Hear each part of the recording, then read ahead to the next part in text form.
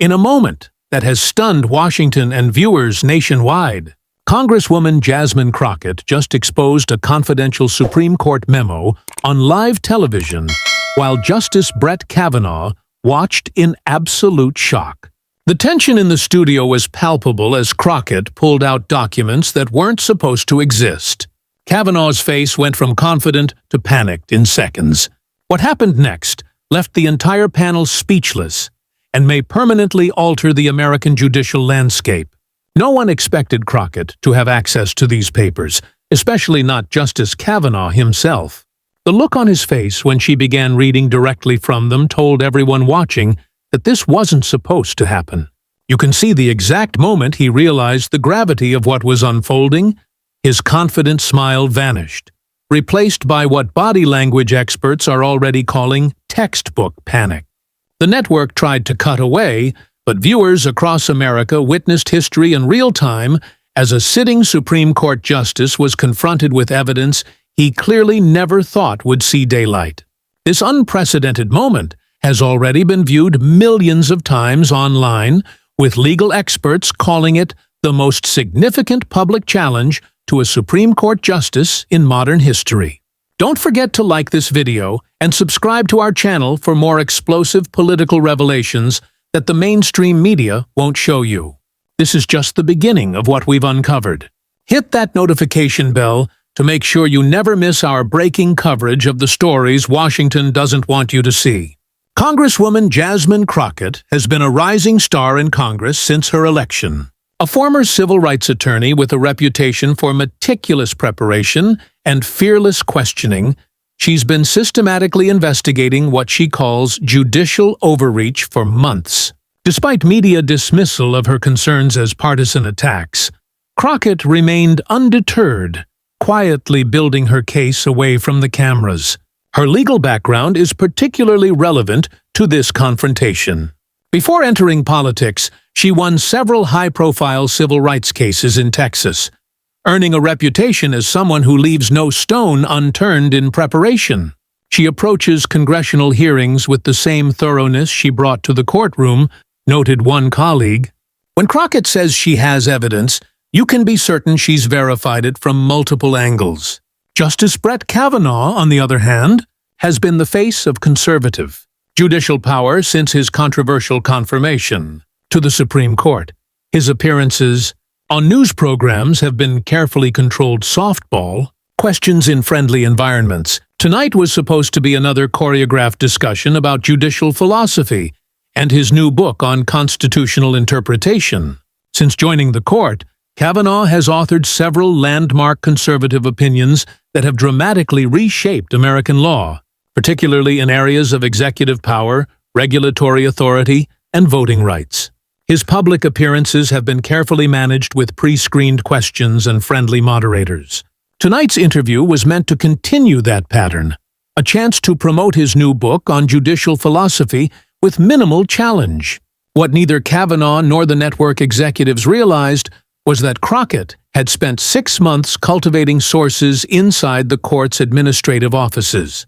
While the justice had been making television appearances, Crockett had been piecing together evidence of communications between Kavanaugh and outside political interests in communications that explicitly discussed upcoming cases and potential rulings.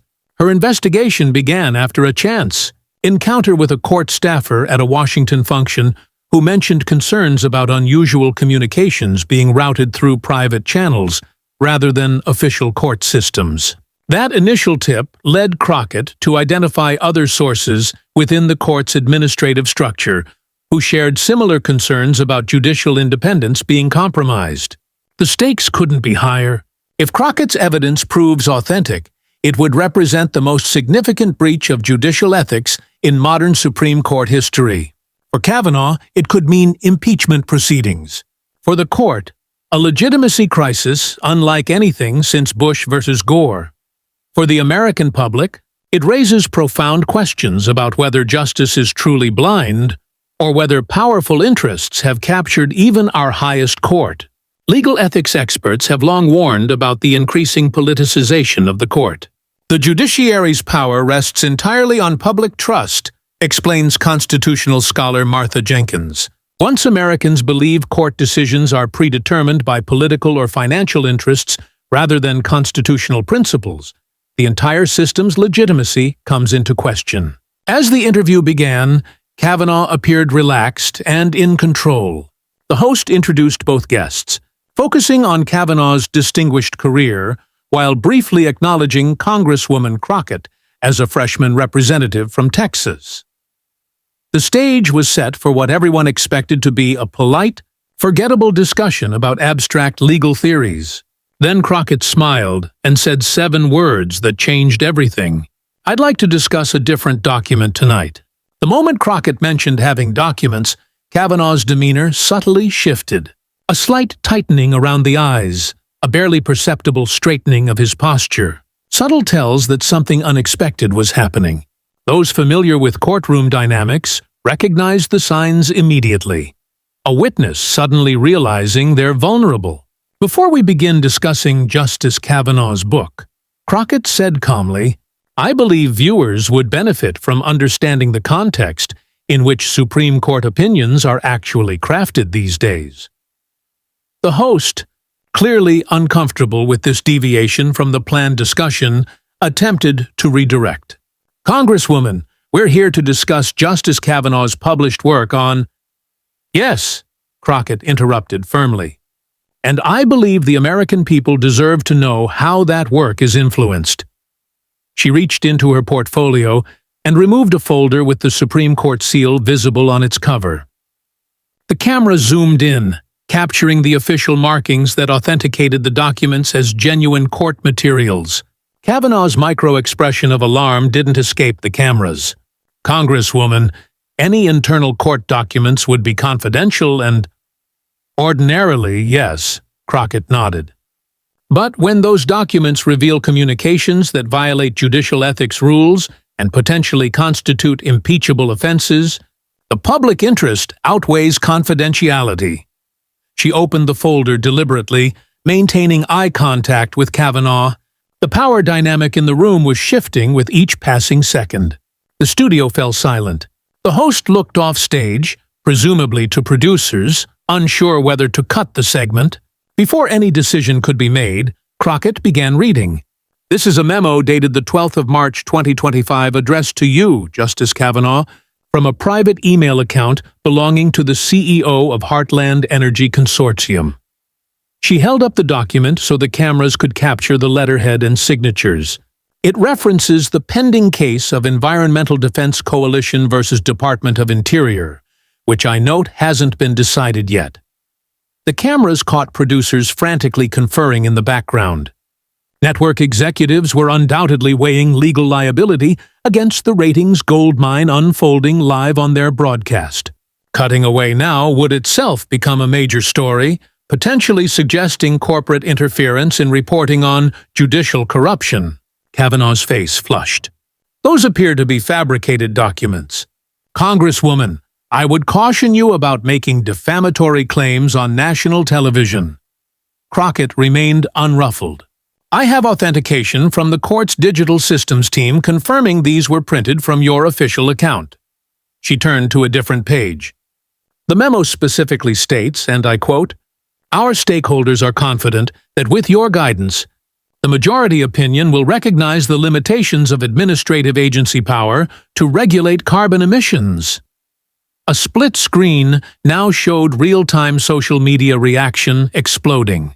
Kavanaugh Memos was trending within minutes, with viewers captivated by the unprecedented confrontation.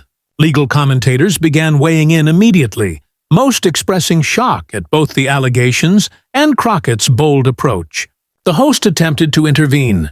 "This is highly irregular. We should take a break to—" "I'm not finished," Crockett stated firmly. "The American people deserve to hear this." The memo continues, "As discussed during our meeting at the Chevy Chase Club on February 18th, we've prepared additional research materials for your consideration that support the narrow interpretation of the Clean Air Act that we discussed." Viewers watching at home could see Kavanaugh's legal training kick in. His expression hardened as he shifted from surprise to damage control. His body language changed as well. Shoulders squaring, jaw setting, hands folding together in a calculated display of composed authority. Kavanaugh's composure cracked further. "This is outrageous. You're presenting partial information without context to create a false narrative."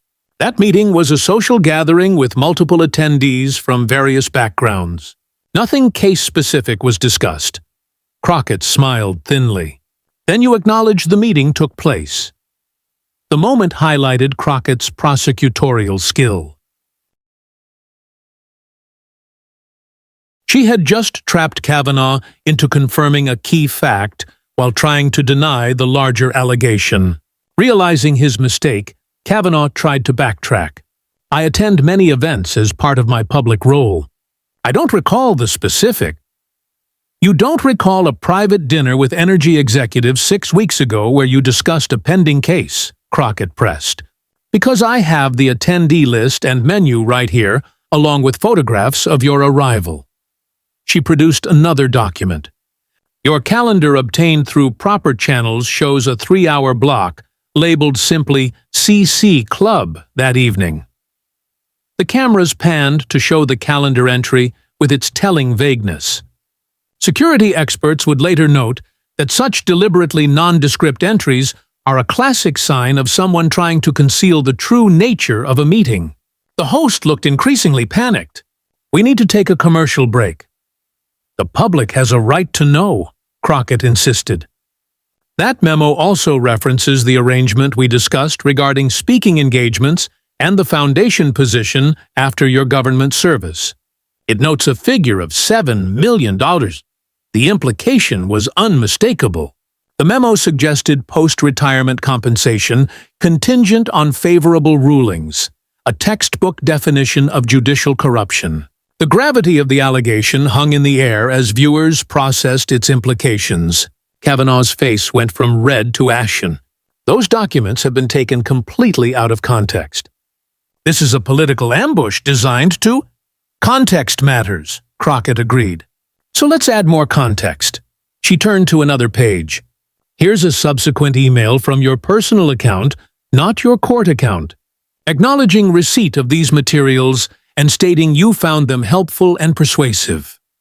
The tension in the studio was electric. The host again tried to cut to commercial, but Crockett continued relentlessly.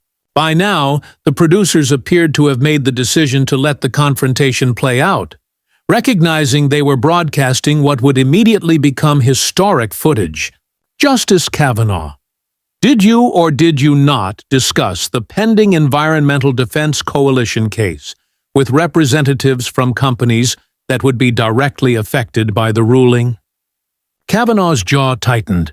"These are serious allegations that I categorically deny. I follow the ethical obligations of my position scrupulously." His voice carried the practiced authority of someone accustomed to having their statements accepted without challenge. But the impact was undercut by the physical evidence Crockett continued to display for the cameras. "Interesting you should mention ethical obligations," Crockett responded, turning to yet another document. "Because I also have here the recusal list you submitted to the court clerk, which notably does not include Heartland Energy or any of its subsidiaries, despite your extensive contacts with their executives." Social media was exploding. Split screens showed the interview alongside real-time reaction from legal experts, many expressing shock at both the allegations and the unprecedented nature of the confrontation playing out on live television. Online viewership of the broadcast surged as word spread about what was happening. Network data would later show that this segment attracted the largest live audience for a news interview in television history, with millions of additional viewers tuning in as the confrontation escalated. "This is a coordinated political attack," Kavanaugh insisted, his voice hardening. "These selective disclosures deliberately misconstrue routine communications." "If they're routine," Crockett countered, "then you won't mind if we discuss the similar communications. Regarding the upcoming voting rights case or perhaps the affirmative action reconsideration the court recently accepted." She was demonstrating what prosecutors call showing the pattern, indicating that she had evidence, not just of a single impropriety, but of systemic misconduct. Across multiple cases, the strategy was clearly effective, as Kavanaugh's expression revealed growing alarm. Kavanaugh's eyes widened slightly. Another tell that Crockett had more information than he'd anticipated. The host finally succeeded in cutting to commercial, but the damage was done. Cameras caught Kavanaugh leaning toward his aide, whispering urgently as the program broke. During the commercial break, social media footage captured by audience members showed Kavanaugh's legal team rushing to the set, frantically conferring in a corner of the studio. Court watchers noted the presence of two attorneys known for crisis management rather than constitutional expertise, a telling choice that suggested concern about potential criminal exposure rather than merely defending judicial philosophy. When the broadcast resumed, Kavanaugh had visibly composed himself, adopting a stern, authoritative demeanor. His team had clearly advised a strategy shift from denial to attacking the process itself. "Congresswoman," he began in a measured tone, "while I respect Congress's oversight role, I'm deeply troubled by this ambush and what appears to be illegal procurement of confidential court documents. These serious breaches of institutional norms—" "I find it interesting," Crockett interjected, "that you're more concerned about how these documents became public than about their contents." She turned toward the camera. "The American people should ask themselves, why is a Supreme Court justice more worried about the exposure of communications than about the fact that he appears to be coordinating opinions with interested parties?" The rhetorical question hung in the air, impossible for Kavanaugh to answer without appearing defensive. It was another prosecutorial tactic, forcing the subject to choose between equally damaging responses. The host attempted to regain control. "Let's step back and—" "Let's not step back," Crockett insisted. "Let's step forward into the truth." "Justice Kavanaugh," she continued, "this memo references our mutual friends at the Federalist Society being pleased with the direction of the court. It specifically mentions their satisfaction with your guidance of the newer justices. Can you explain what role outside organizations should play in directing the court's decisions?" The question touched on broader concerns about institutional capture, the influence of powerful organizations over supposedly independent institutions. It expanded the implications beyond Kavanaugh himself to the court as a whole. Kavanaugh's jaw tightened again. The Federalist Society is a mainstream legal organization that many justices and judges have been associated with. There is nothing improper about them reviewing draft opinions before they're published. Crockett finished his sentence with information he clearly hadn't expected her to have. The look on his face confirmed the accuracy of her assertion. Legal scholars watching would later analyze this moment as particularly damning. While association with legal organizations is permissible, allowing outside groups to review draft opinions before publication would represent a severe breach of court confidentiality and independence. The escalation had reached its peak. Kavanaugh was now on full defensive footing. His earlier confidence completely evaporated. The balance of power had shifted dramatically, and everyone watching in the studio and at home could feel it. As one constitutional law professor tweeted in real time, "We're witnessing something unprecedented in the court's modern history. A direct, evidence-based confrontation with a sitting justice about potential corruption. Whatever happens next, this changes everything about how Americans view the Supreme Court." The decisive moment came when Crockett pulled out her final piece of evidence, a document so sensitive that Kavanaugh physically flinched when he recognized it. The camera caught his involuntary reaction in high definition, a moment that would be replayed countless times in the coming days. "Justice Kavanaugh, are you familiar with this document?" Crockett held up what appeared to be an internal court memorandum with a distinctive red border. Court observers immediately recognized it as a restricted circulation document used only for the most sensitive internal communications among the justices. Kavanaugh's face drained of color. "That is a confidential internal court document. Its possession outside the court is a federal crime.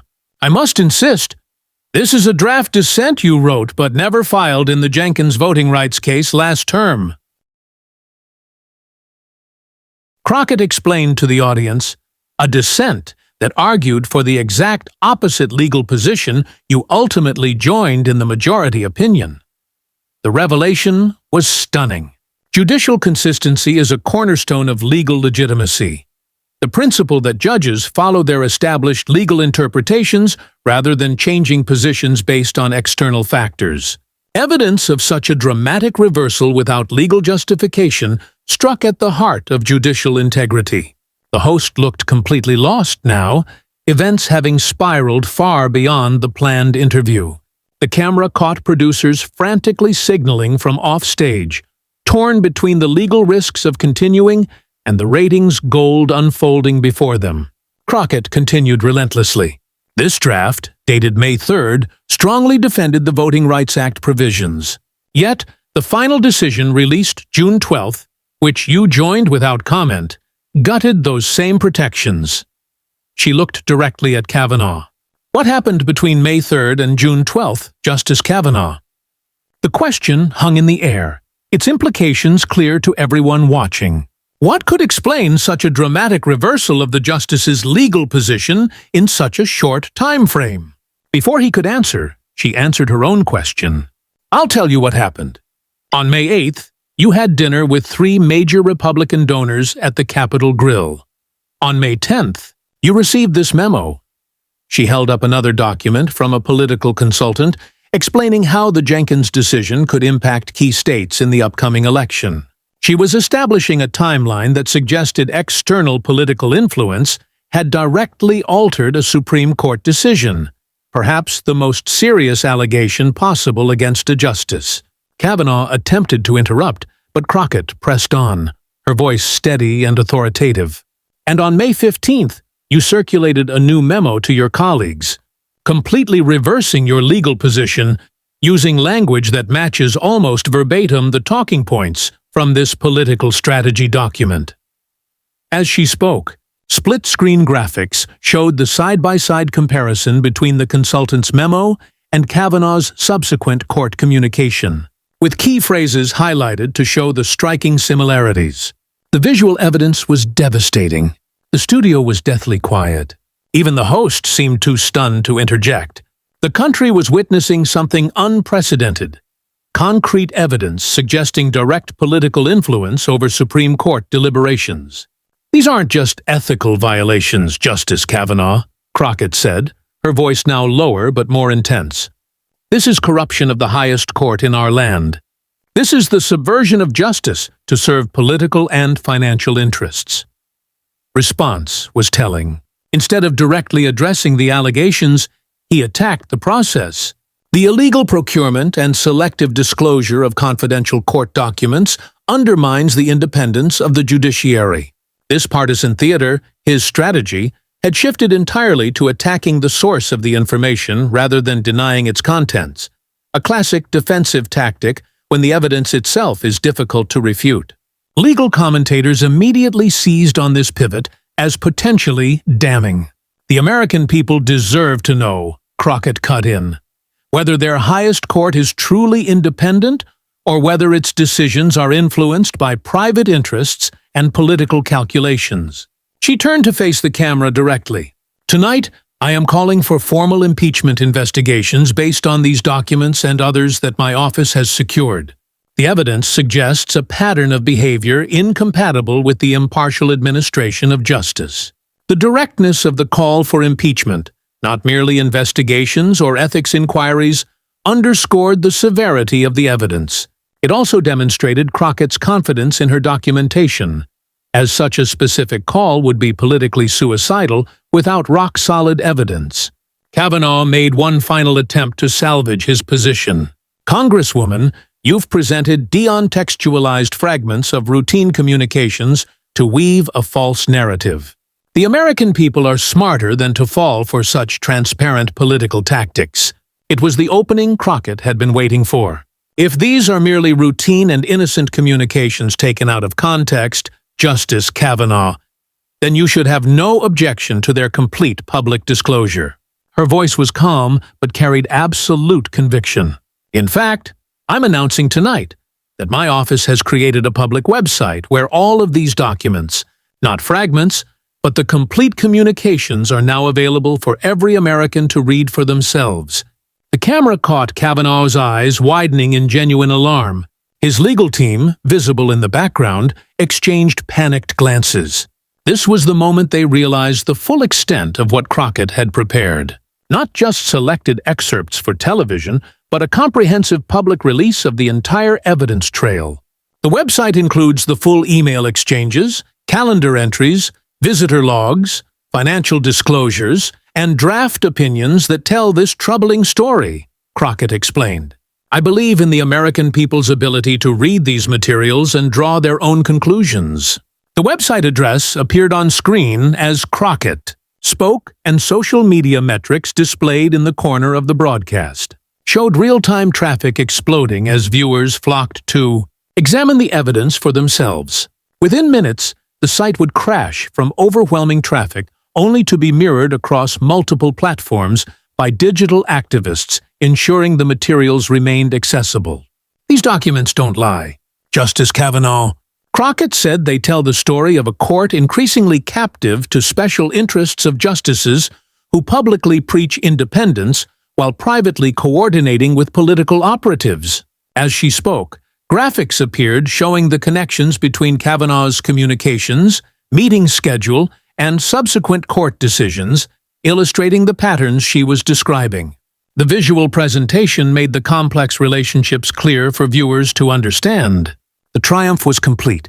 What had begun as a routine book promotion for Kavanaugh had transformed into a public reckoning. Even the host, initially skeptical of Crockett's approach, now directed questions that suggested the seriousness of the allegations had become undeniable. "Justice Kavanaugh, given the specific nature of these documents, how do you respond to the Congresswoman's call for impeachment proceedings?" the host asked. Kavanaugh's response was telling in its vagueness. "These are serious matters that should be addressed through proper channels, not trial by television. I look forward to addressing these misleading characterizations in the appropriate forum." His reference to proper channels and appropriate forum suggested a desire to move the discussion behind closed doors away from the public transparency Crockett had created. The contrast between her approach of full public disclosure and his preference for private processes was striking. "The appropriate forum is the public square," Crockett responded. "The Supreme Court belongs to the American people, not to private interests with privileged access to its members." As the segment concluded, it was clear to everyone watching that a seismic shift had occurred. What had begun as an ambush had become a watershed moment, with potential ramifications extending far beyond one justice or one court. Constitutional scholars would later identify this exchange as the moment that fundamentally altered public perception of the court from an institution above politics to one increasingly seen as captured by the same forces influencing other branches of government. In the final moments before the host closed the segment, Crockett delivered her coup to grass Justice Kavanaugh. "The American system isn't designed for judges who are beyond accountability. No one, not even a Supreme Court justice, is above the law." The camera lingered on Kavanaugh's face, capturing an expression that communicated more than words ever could. The look of someone who suddenly realized that the carefully constructed walls protecting his actions had just collapsed. As the broadcast cut to commercial, body language experts would later analyze Kavanaugh's final expression as displaying what psychologists call realization of exposure, the moment when someone comprehends that their hidden actions have been irrevocably brought to light. Within minutes of the broadcast ending, number Kavanaugh memos and number Crockett receipts were trending nationwide. Major news networks scrambled to verify the documents that had been published on the website Crockett announced during the interview. The website itself became a phenomenon, with traffic reaching levels typically seen only for major sporting events or election nights. Digital security experts verified that the documents contain metadata consistent with authentic court systems, adding credibility to Crockett's claims.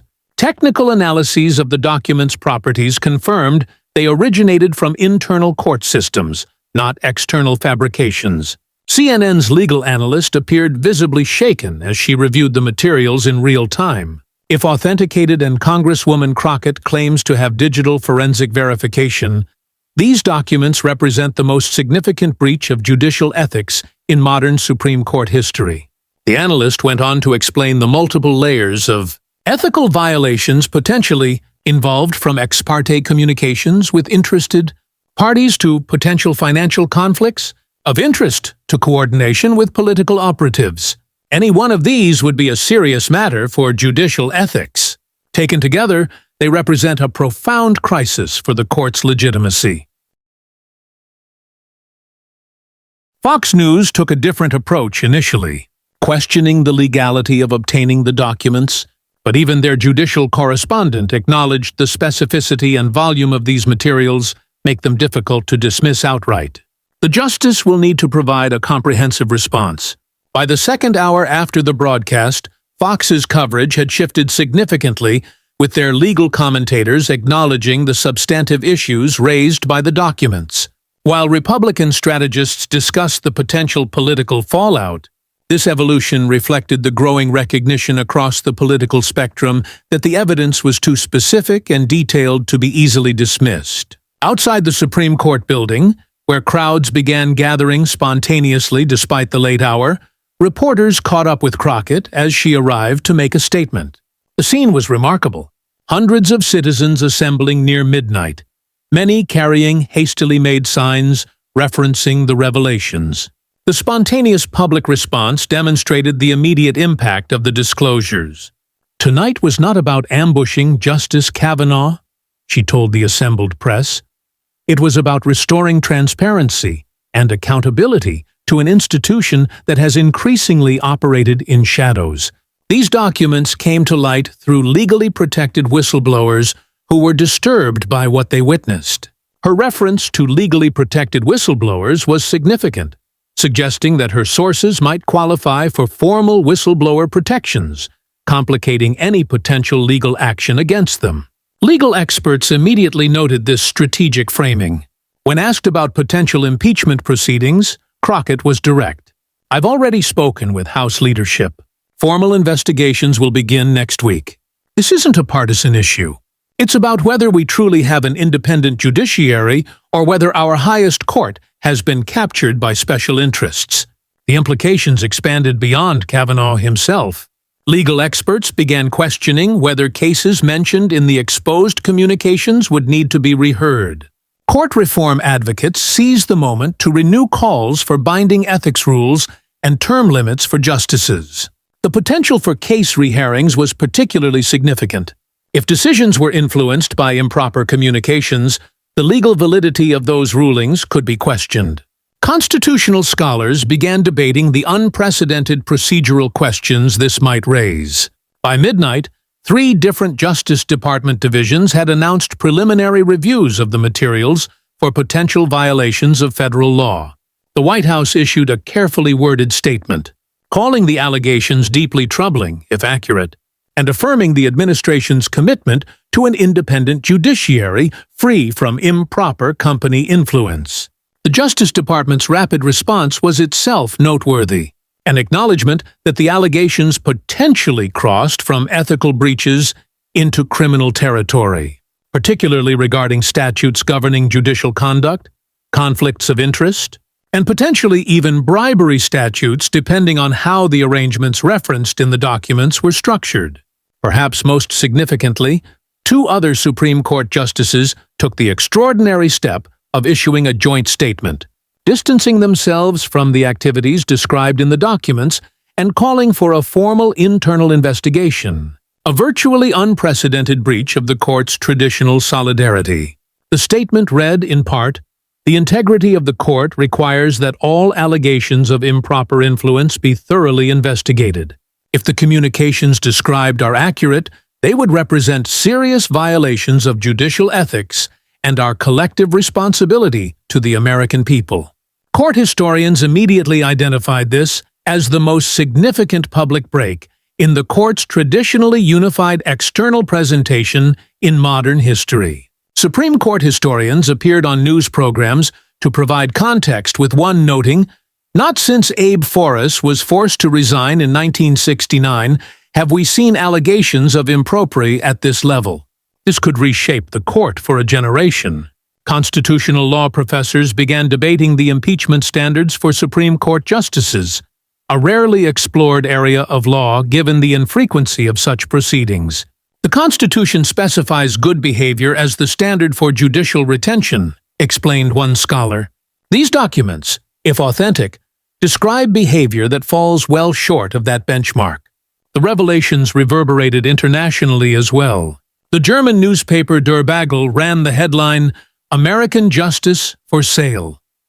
British and French news outlets featured extensive analysis of what the scandal revealed about the state of American institutions. The international reaction reflected concerns about democratic backsliding and institutional corruption that had been growing globally. Foreign legal experts expressed particular concern about the implications for cases with international dimensions that the court had recently decided. Social media activity around the story broke platform records, with the video of the confrontation being viewed over 50 million times within the first 6 hours. Parodies and memes of Kavanaugh's expressions during the interview went viral, particularly the moment when Crockett revealed the existence of the website.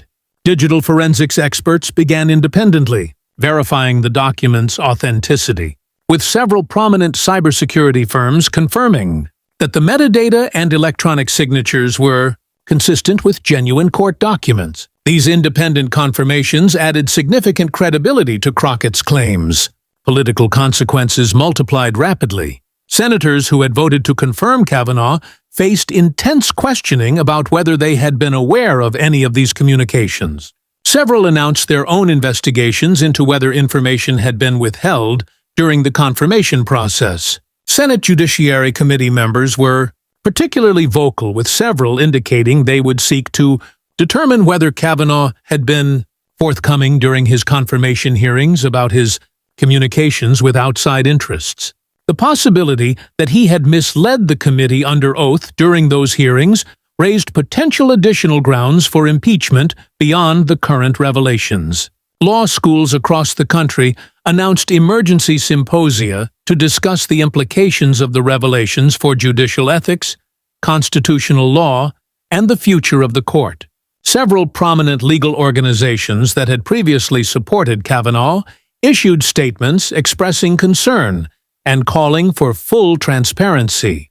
The American Bar Association announced an emergency meeting of its Judicial Ethics Committee, while the Constitutional Law Institute at Harvard convened a panel of experts to analyze the documents and their implications for judicial independence. Even traditionally, conservative legal organizations expressed concern about the specific nature of the communications revealed.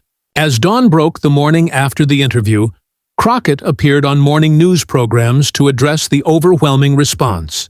"This isn't just about one justice or one court," she explained. "It's about whether our institutions serve the American people or whether they've been captured by powerful interests. The documents speak for themselves. I'm simply the messenger." When asked what she expected to happen next, Crockett was straightforward. Justice Kavanaugh has 3 choices: resign immediately, cooperate fully with investigations, or face impeachment proceedings. The evidence is too compelling for any other outcome. Legal experts began examining the other cases mentioned in the documents, identifying at least 11 major decisions over the previous 3 years that appeared to have been influenced by communications similar to those exposed. Class action attorneys announced plans to petition for re-hearings based on the newly revealed conflicts of interest. The most profound impact, however, was on public perception. Polling conducted overnight showed that 78% of Americans who had seen or heard about the interview found Crockett's evidence credible, with 65% supporting formal investigations. The partisan divide typically seen on judicial issues was notably smaller, with significant numbers of Republicans expressing concern about the specific allegations. The polling revealed something remarkable. While Americans remained divided on many issues, The specific nature of the evidence presented had created unusual cross-partisan consensus about the need for investigation. The concrete nature of the documents had cut through typical partisan filtering. "This isn't about liberal or conservative jurisprudence," noted one prominent legal commentator. "It's about basic integrity and independence. Americans across the political spectrum understand that a justice cannot serve two masters, the Constitution and private interests." For Crockett herself, the interview transformed her overnight from a respected but relatively low-profile congresswoman to a national figure. Her office reported receiving over 10,000 messages of support, along with interview requests from every major media outlet worldwide. "I didn't do this for attention," she told a reporter who caught up with her as she entered her office the next morning. "I did it because no one is above accountability in a functioning democracy, especially those entrusted with interpreting our Constitution." The story continued developing at a breathtaking pace. By noon the day after the interview, legal experts had combed through the published documents and identified patterns suggesting that the issues extended beyond Kavanaugh to potentially implicate other justices as well. "What we're seeing is evidence of a coordinated effort to influence the court from multiple angles," explained a former court clerk on a legal podcast that quickly went viral. The memo's reference, "our friends" on the court plural, suggesting Kavanaugh wasn't acting in isolation. This expansion of implications raised even more profound questions about institutional capture. The possibility that multiple justices might be involved in similar communications with outside interests. Several legal scholars began calling for a comprehensive independent commission to investigate court ethics broadly rather than focusing solely on Kavanaugh. As pressure mounted, the question on everyone's mind was clear. What would happen to the Supreme Court itself? Would these revelations lead to meaningful reform? Or would institutional inertia protect the status quo despite the damning evidence? The answer began taking shape when 3 senior senators from different parties held an impromptu press conference on the Capitol steps to announce bipartisan legislation establishing binding ethics rules for the Supreme Court. Rules that would explicitly prohibit the kind of communications Crockett had exposed. "The American people deserve better," declared the senior-most senator. "They deserve a court that answers to the Constitution and nothing else." The bipartisan nature of the response was particularly significant. An acknowledgement across party lines that the specific communications revealed crossed boundaries that transcended normal partisan divisions. The proposed legislation included mandatory recusals for conflicts of interest, prohibition of private communications about pending cases, and public disclosure of meetings with interested parties. The story was far from over. Investigations would take months. Impeachment proceedings, if initiated, would be complex and contentious. Court reform efforts would face significant obstacles. But one thing was undeniable. In just 25 minutes of television, Congresswoman Jasmine Crockett had changed the course of American judicial history. The documents she revealed had pulled back the curtain on influences that had long been suspected, but never before proven with such specificity and breadth. As one constitutional scholar put it, regardless of what happens next, there will be a clear dividing line in Supreme Court history before the Kavanaugh memos and after. Nothing will ever be quite the same again. The final question everyone was asking, what other documents did Crockett have? What other revelations might follow? As hashtags like number, what else does she have? And number Crockett files trended. Worldwide, it became clear that this story was just beginning.